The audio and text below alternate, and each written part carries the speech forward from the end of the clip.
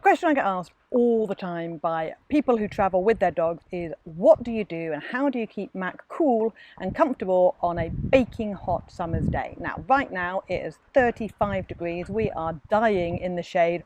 Although my spaniel, because he's a freaking spaniel, is chasing a ball around. Look, if I can show you him.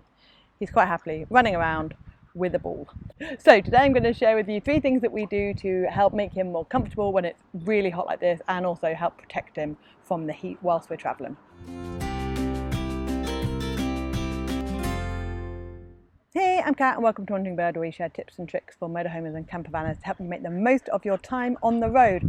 If you can hear excessive panting, I promise you it's not me. My spaniel is here, actually. Right there. Hello, pup. Hello. Waiting for me to throw his ball. But first thing we're going to do is talk about 3 things that we do to help protect him, because he doesn't stop ever, and some kit that we carry to help make life a little bit easier as well.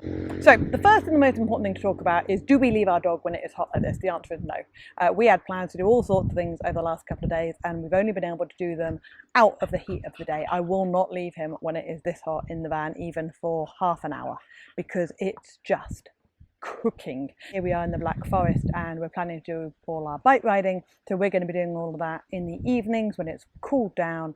He's all had his dinner, and then we can leave him for an hour or 2 without an issue, and he'll just sleep then. So the biggest thing we do, apart from monitoring him and how much he runs around, is we actually carry some kit in the van which helps us. The first thing we've got, and the best thing we've ever bought for him, is a couple of cooling jackets, and we carry 2 with us, and they're literally just like a little coat. You can wet them, you can keep them in the fridge in a little plastic bag, and then they're lovely and cold for him. Like now when he's just been running around, I'm going to put it on him.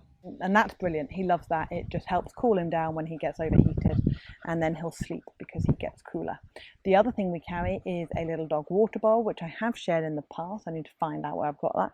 And we take that with us when we go out, so that he's got some water, he can drink some water as we go. But the biggest thing that we have to do as his owners, Mac, come this way please. Good boy. The biggest thing that we have to do is just monitor him, stop him. I will take the ball off him very shortly. I'm doing this because otherwise he'll sit and bark and whine at me, because he's a charming dog like that. But the biggest thing is that we have to monitor him, so he gets sort of a 15-20 minute run around, and then he needs to sleep for a bit and hopefully calm himself down. Other than that, there's not a whole lot of kit that we carry for him. We do have a cooling mat. He doesn't like it. Occasionally, if it gets really hot, I'll put it out and put a towel on top and make him sit on it. But generally, I have to sit on it with him and he'll sit on me, which defeats the point. I get a very nice chilled bottom. But he just sits on my lap then, which is a bit pointless. So we don't really use that all that much. In the UK, we had this brilliant folding paddling pool, but that only works on campsites, which you can then get decent water access for. And we haven't brought it with us when we're touring at the moment, which is a great shame, because right now he would love that, although he'd be very soggy in the van. One thing, it's not connected to keeping him cool at all, but something that we've had a real issue with on this trip is ticks. So many ticks in the Black Forest. I mean, I think I took 10 off him the other day. Some of them had burrowed in, some of them were just randomly wandering around him. Has anybody ever seen a tick that isn't on a dog? Or, I guess, a human. But like, just one just lying on a leaf. As my husband said, he's like, how do these things survive? Just the chances of a dog or a human or something walking past for them to then jump on is so slim. So how do they survive? We don't know. If anyone has the answers, by all means, please stop it. But yeah, make sure you have the tick removers when you're travelling, because that's been an absolute godsend. And then the last thing that we do to keep him cool is we have fans. We have little 12-volt fans in the van. We have one at the front, one at the back, and that helps create airflow. And that helps keep all of us cool, because we don't have air conditioning in the van apart from right at the front in the cab. But when we're not travelling, we've got no aircon, so we have these 2 12-volt fans, and that really helps just keep the whole place ventilated and chill. I mean, right now it's quite windy, so there is a bit of a breeze, which can be deceptive. When you've got a dog, they're just like, oh, I can run forever. But they can't, obviously. Another question that I get asked all the time is, does it cramp your lifestyle? Yeah, the short answer is yes. There have been tons of things that we've wanted to do. Now we're travelling with Jade at the moment, and we've got the dog, so we can't bring the dog with us on the motorbikes.